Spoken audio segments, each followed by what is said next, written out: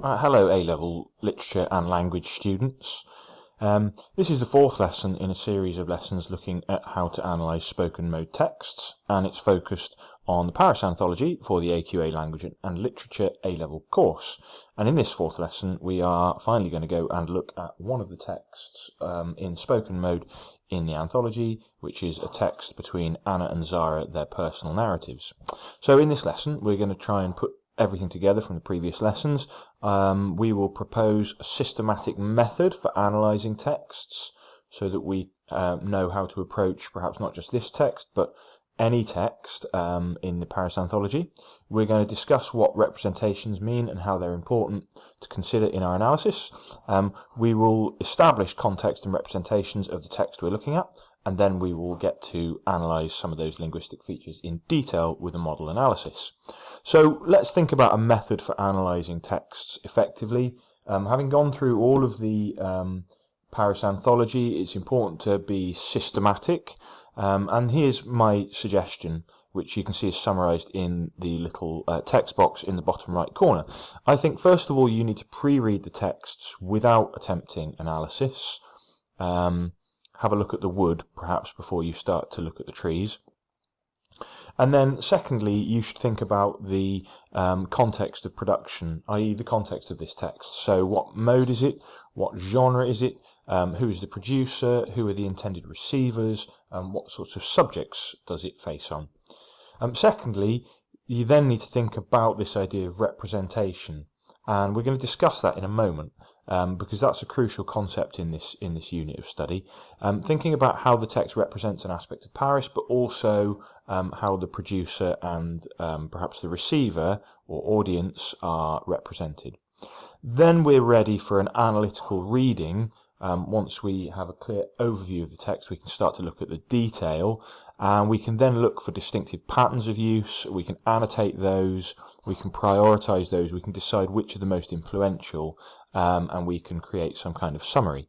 And then finally, we need to find a way to bring everything together so that context, representation and language all form a unified picture of meaning in the text.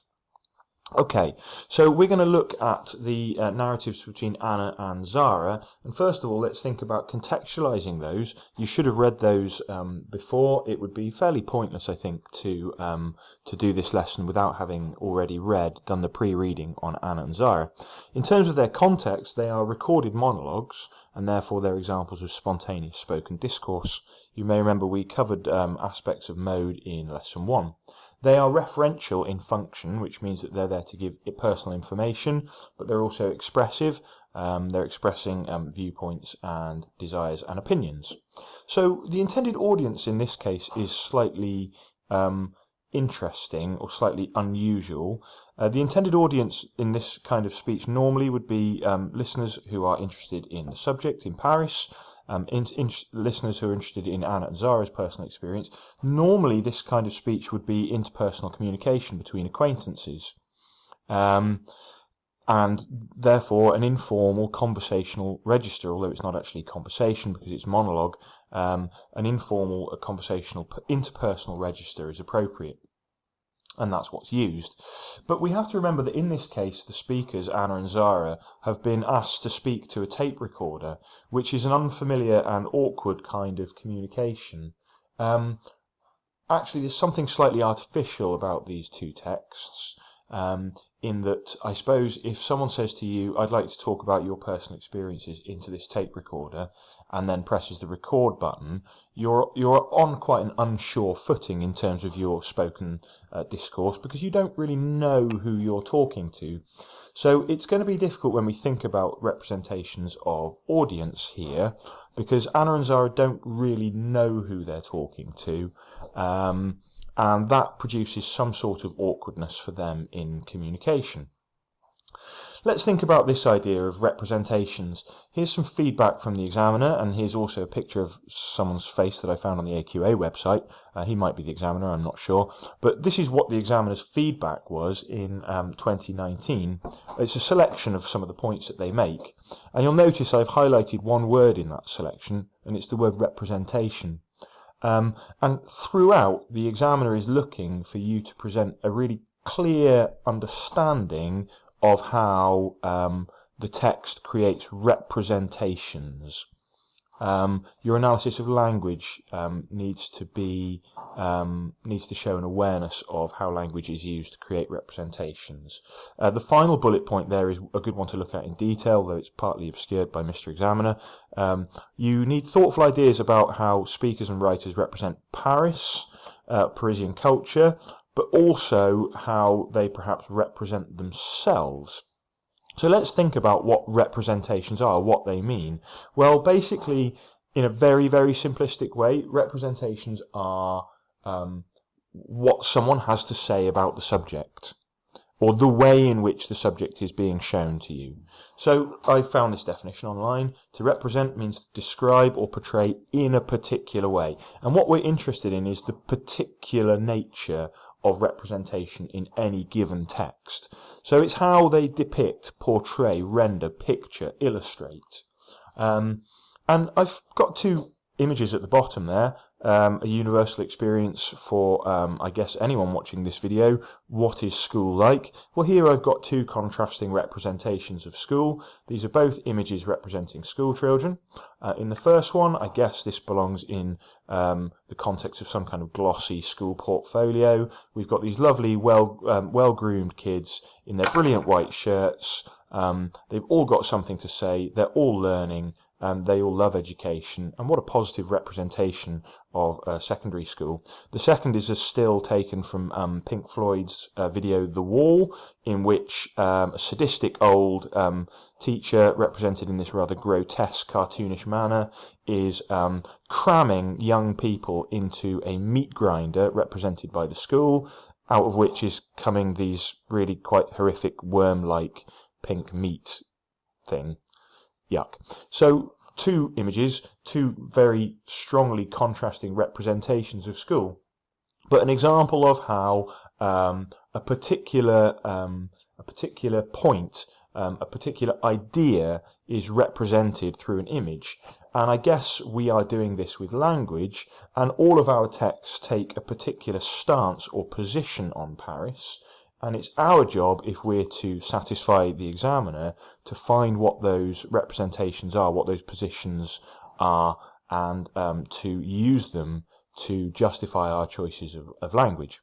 It can help, and I really, really like this model, to think of representations in terms of a triangle. For those of you who are visually inclined or spatially inclined might like to think of this triangle of representation. Every text has a representation of three things: the subject, the producer, and the receiver. Most obviously, all texts are about something, and all texts represent Paris. You can see it point capital letter A in some way. So I guess whether the Eiffel Tower is good or bad would be a very basic starting point for representations of that particular subject. We also, though, have representation of the producer at B, so how someone producing a text self-represents, how they present themselves through a text.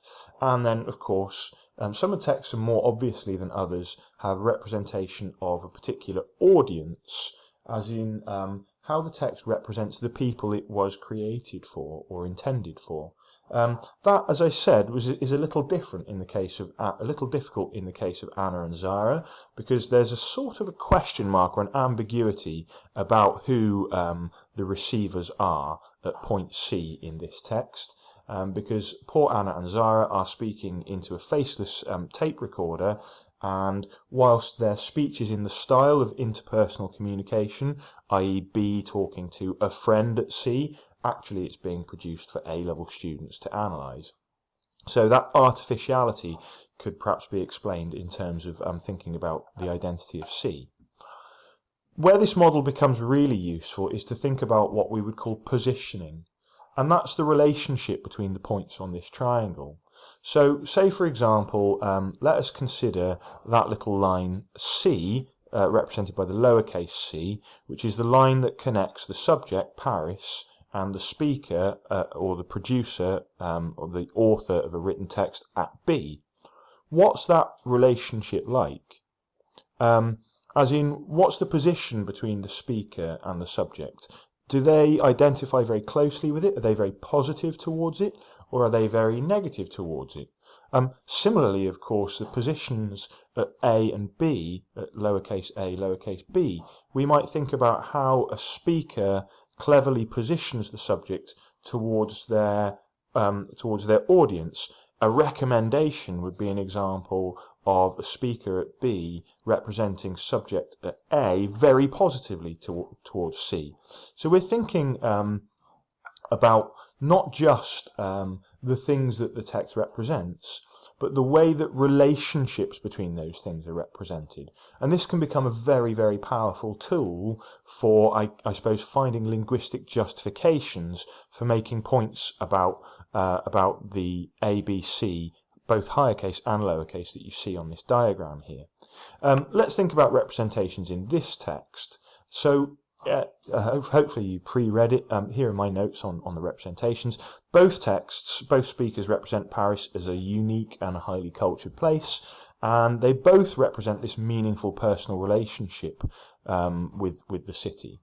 Both speakers represent themselves modestly and in a self-effacing way. They both hedge their personal viewpoints, and they both avoid being overly direct.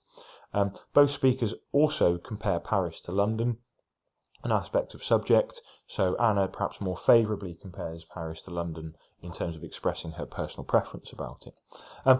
Looking in more detail at the speaker's individual representations, Anna's represents a deep personal connection and a high level of familiarity with Paris. She gives a detailed account of certain subjects within Paris. She also uses this weak expressive, I like that, to connect personally to the topic, so she gives quite a personal viewpoint.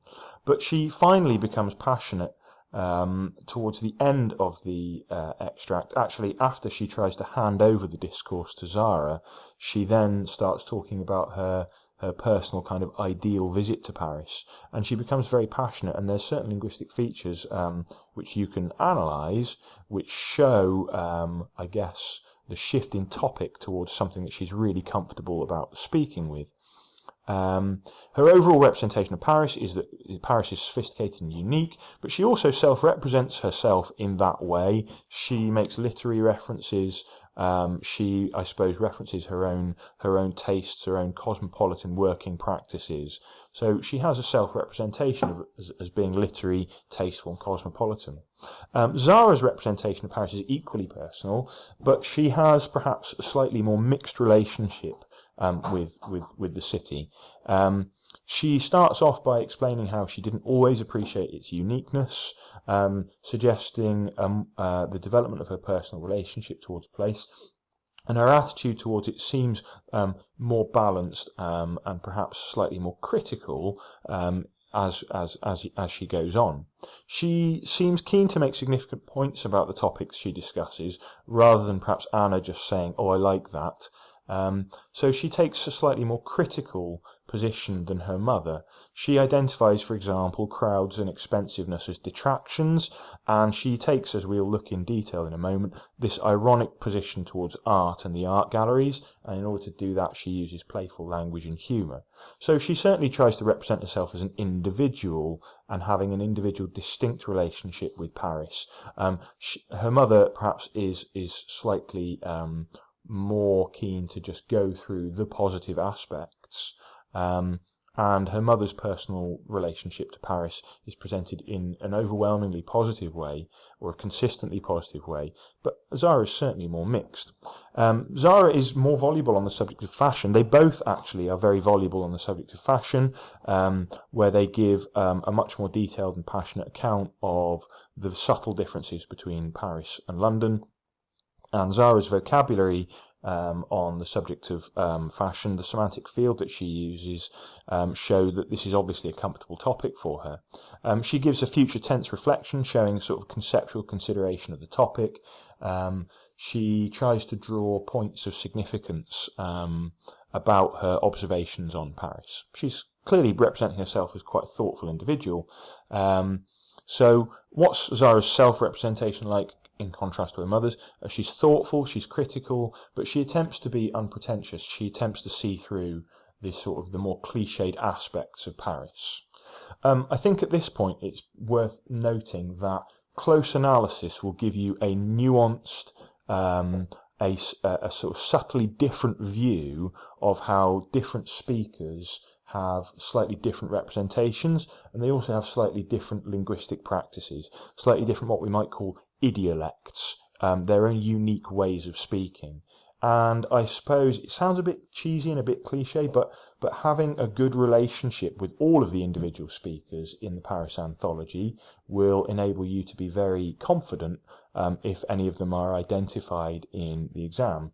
I suppose we do judge people by the way that they speak, and as you've just heard here, I formed judgments about both Anna and Zara based on the extracts in the anthology, but having that having that view of what they are like as speakers would enable me, perhaps, if I was presented with an extract that I didn't necessarily have anything to say about, it would give me an idea about where to start looking. I suppose I have an idea about what Anna and Zara are like and what their position on Paris is like, and I can use that to perhaps go looking for linguistic features. So here is something worth perhaps pausing over or screenshotting.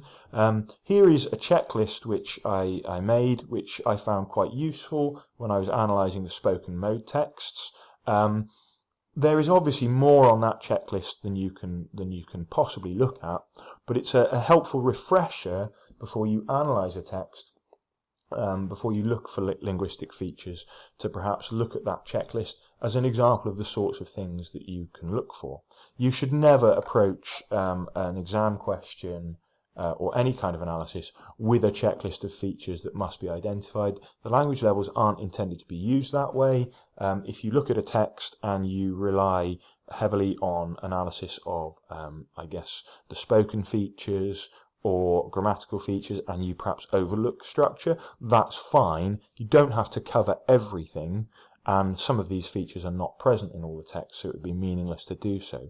But it's certainly a suggestive resource that will help you to approach any text and find the things that you're looking for.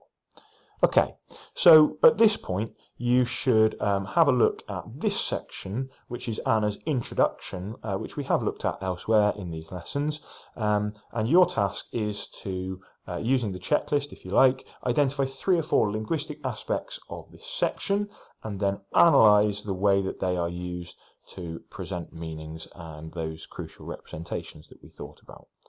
Good luck.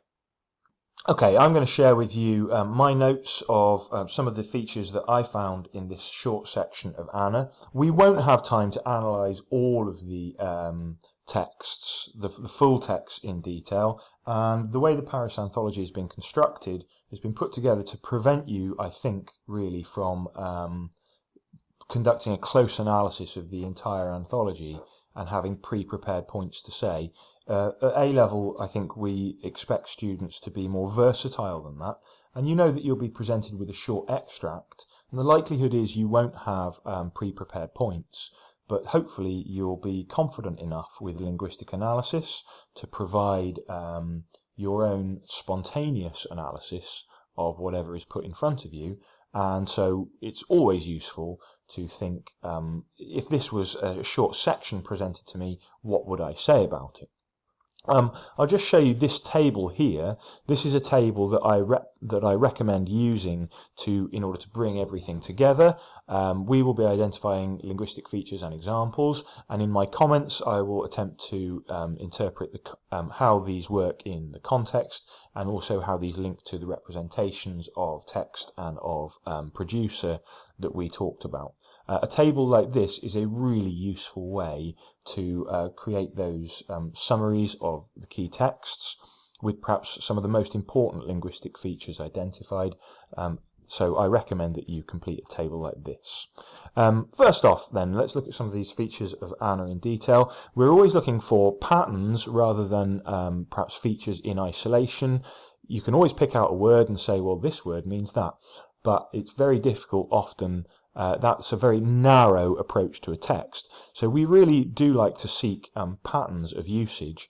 So let's have a look at this pattern in grammatical perspective. Both speakers use this. They use a combination of the first and the second person. They use a combination of I and you.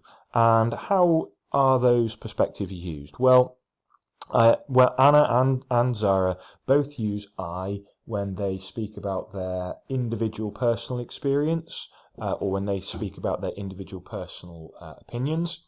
But they switch to you when they are talking about perhaps Paris in more general terms, and that is a way of offering experiences of Paris as a universal shared experience. That's a way of engaging and including their listeners, and you might interpret that as a politeness device in terms of presenting their experiences less directly, i.e. making it less about them. So we have these shifts between the first and second person, which I think are highly significant. Secondly, let's look at Anna's topic control. And how she manages the topics that she talks about.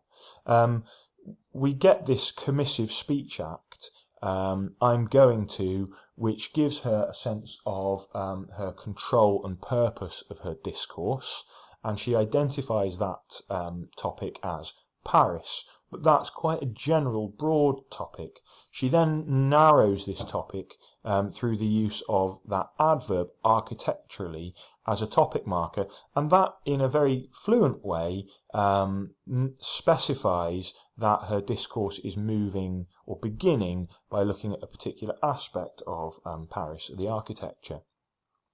And that helps to contextualize what then follows for the reader. So this is an example of her perhaps quite skillfully guiding her listener, I should say, rather than reader, guiding her listeners to show that her topic is refining itself down to architecture.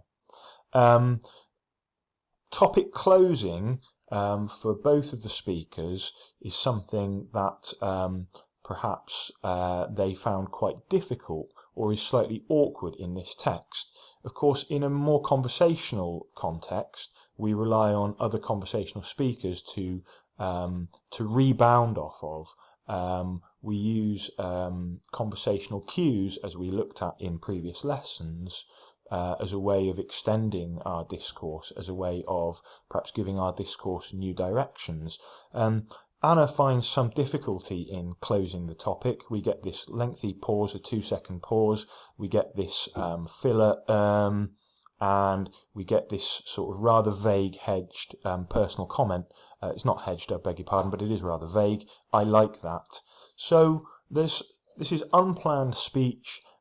She knows that she can refine the topic onto architecture, but she doesn't always have perhaps a discrete point to make about the things that she's speaking about, and so we get this somewhat vague and awkward topic closing. Let's have a look at the tense shifts grammatically within the discourse, and obviously any extended text has shifts of tense throughout. Sometimes these can be fairly simplistic and straightforward, sometimes they can be fairly meaningful. Anna's discourse shifts here from her little personal introduction, which is in the past tense. It then shifts into the present tense for her description of the city as it is now. And that shift also is mirrored by what we looked at before, that shift in perspective, the shift from the first person to the second person. So why does she describe her Paris as it is now in the present tense? I suppose that gives it a more immediate and relevant feel for listeners, although she could have perhaps described her own personal experiences in the past. It might perhaps have made the subject feel a little bit more remote for the people listening to her. Once again, you'll notice we're talking about representations in terms of how the speaker positions the subject towards the listener. So we are looking, I guess, at the lines on the triangle, and the words like immediate and relevant are aspects of representation that, of course, are so highly prized by the examiner. Finally, then, let's look at some examples of Anna's lexis. Anna attempts, as speakers often do, to add significance to her speech and to make her speech engaging. In order to do that, she uses a variety of intensifiers which perhaps emphasize the things that she's talking about. These are often vague in their nature, and they are, I suppose, a bit repetitive and a bit cliched.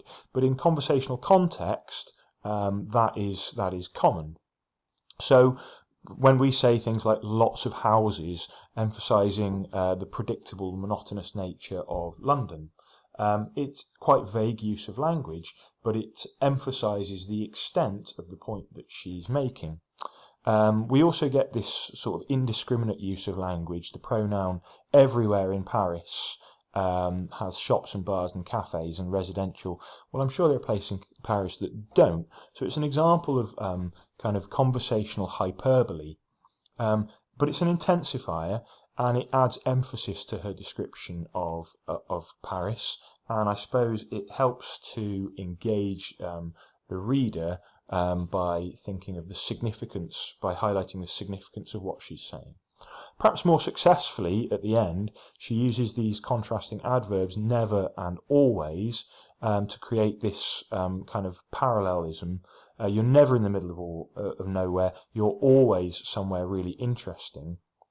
So we get this little parallel construction, perhaps a little almost rhetorical device, which foregrounds her representation of Paris as an engaging, a likeable place, a place where you always feel connected. So to a certain extent, she's giving Paris here a recommendation.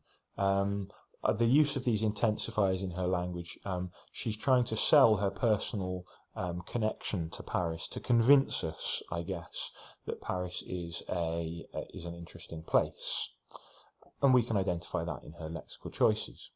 So there's a list here that I compiled which is looking more broadly at Anna's language, and there are of course other features there that you could analyse, and you do have to be selective when analysing. Listen, analysing spoken language can become really immersive and engaging, I find personally. Please don't judge me. You may just say, well, that's you. You're an English teacher. You're weird like that. But actually, you do become almost addicted to finding these features. And wherever you look, there seems to be multiple things that you can say if you do really get into this task. And I hope that you do. You have to prioritise. You have to think about which features are most important in the construction of meaning, which features are most important in the representation, because you could not hope to analyse or to annotate or to extract meaning from all of the features of these extracts. It wouldn't be possible. So prioritise. Once again, I said that this table will help you, and the suggestion that you do 4 or 5 key linguistic features from each text is a really useful one. Finally, let's have a little look at Zara. I want to make the point that all the speakers, the point that I made before, all the speakers have subtly distinct registers and represent Paris in different ways. Zara's representation of Paris, as we discussed in representations, is slightly different. So I just want to have one contrasting look at Zara's spoken discourse as a way of contrasting with her mother's. Zara adds aspects of irony to her speech, and she does that by identifying contradictory situations. So she ironically remarks that the inside of the Pompidou Centre is great as well, and there's an irony here because normally we see that the inside of buildings is what's really significant and not the outside. I suppose the Pompidou Centre, which if you don't know, is a building in which the piping is positioned on the outside of the building rather than the inside. This is a slightly different, a slightly remarkable piece of architecture for that reason. And here, Zara highlights this irony by saying, well, what's in it's great as well, but, and this is an elliptical construction. That contrasting conjunction but normally is used by speakers to go on and to introduce a counterpoint to what's previously been said, but this is an intentional ellipsis here. She doesn't intend to complete this statement. The but is highlighting the irony of what she's saying. She's saying that this isn't, the inside of the building isn't what people are interested in, and she identifies this irony through her laughter, which I think we can look at perhaps as a politeness feature or potentially a cooperative feature, but also perhaps portraying a little bit of the awkwardness of her talking to a tape recorder, an attempt to perhaps reduce the social distance between her and whoever it may be that she's listening to, and to present herself in a friendly, non-threatening, non-direct manner. Similarly there, other features of her discourse marker, well, I say always, when she's talking about her visits to the Palais de Tokyo. Here, that little discourse marker, well, represents the fact that she's going to go on and comment or give a remark, and she then uses the first person. I say always, I think I've been twice. I went one time when I was doing work experience at a magazine. She has talked about the Palais de Tokyo, which has great stuff always. She's represented herself as authoritative or knowing about that. She then adds this kind of self-effacing remark to make clear to her listeners that she is no expert. And this is a kind of another politeness feature that I guess reduces her conversational dominance and attempts to create a relationship with her listener in that way. Elsewhere, we might look as well. I didn't actually prepare written notes on this, but if you can get some meaning out of my narration, that would be useful. Her topic closing here also portrays her awkwardness on the subject. If you look at the frequency of micro pauses as she winds down this topic, she has a somewhat understated choice of language. We might describe this as bathos, the exhibition, which was fun. That choice of fun, perhaps sandwiched between the micro pauses, is a little bit of an ironic understatement. And then there's a longer pause, and she says, so yeah, indicating perhaps that she doesn't really know how to close her topic. And she chooses this fun little construction, art good, a novel construction, art good. This is, I suppose, an example of implicature, where she's breaking the maxim of manner.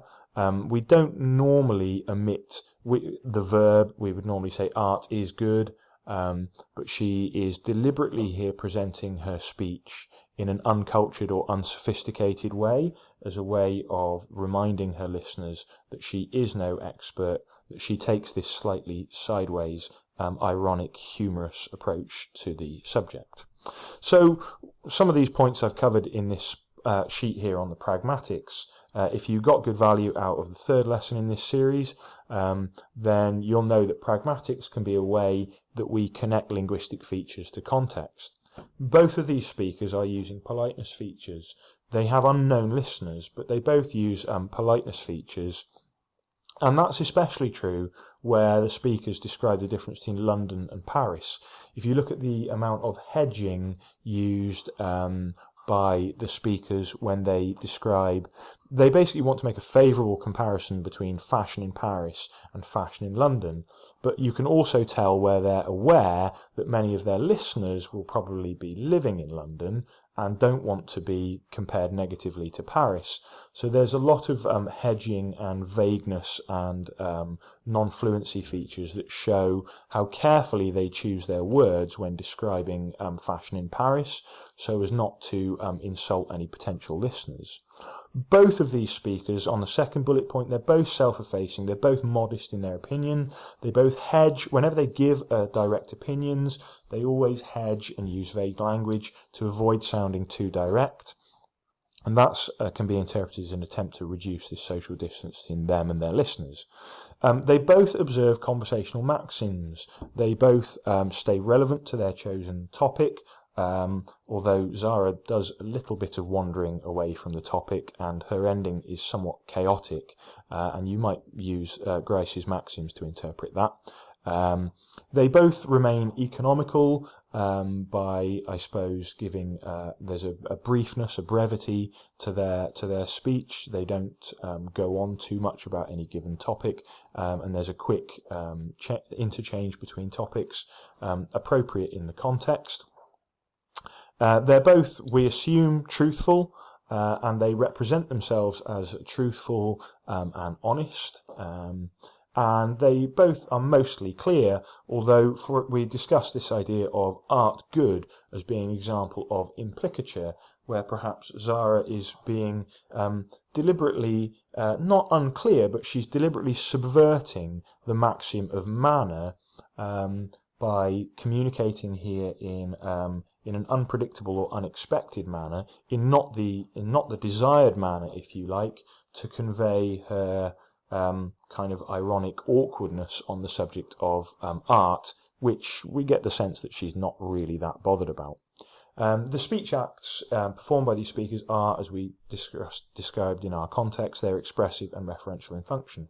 Also, it's useful to think of Dexis and the way that Dexis creates a spatial centering of the description around the speaker. So this use of personal Dexis in the first person, the way that presents their personal anecdotes and their viewpoints, and the way that they switch to the second person to generalise their experiences, another feature that we looked at in Anna's analysis, but which is also present in Zara's. So that's there's quite a lot of information for you to put together there, but you can always pause this video and make notes. All we've really achieved is a model analysis of a very short extract from each. But that has shown you how things can be put together if you have a systematic method for analysing texts. If you have a clear picture of the context of a text and the representations, then you all of a sudden start to see a lot of meaning appear in its linguistic features. And practicing applying this level of analysis will help you to refine your usage of those key linguistic terms. I hope it's been a useful experience for you. You should now go back and look at the texts in full. You should attempt your own analytical reading and complete the kind of table that was shown to you before, which connects context, representation, and linguistic feature. Good luck with that. As I said, it can become quite an immersive process. Analysing spoken language is very unlike analysing written language.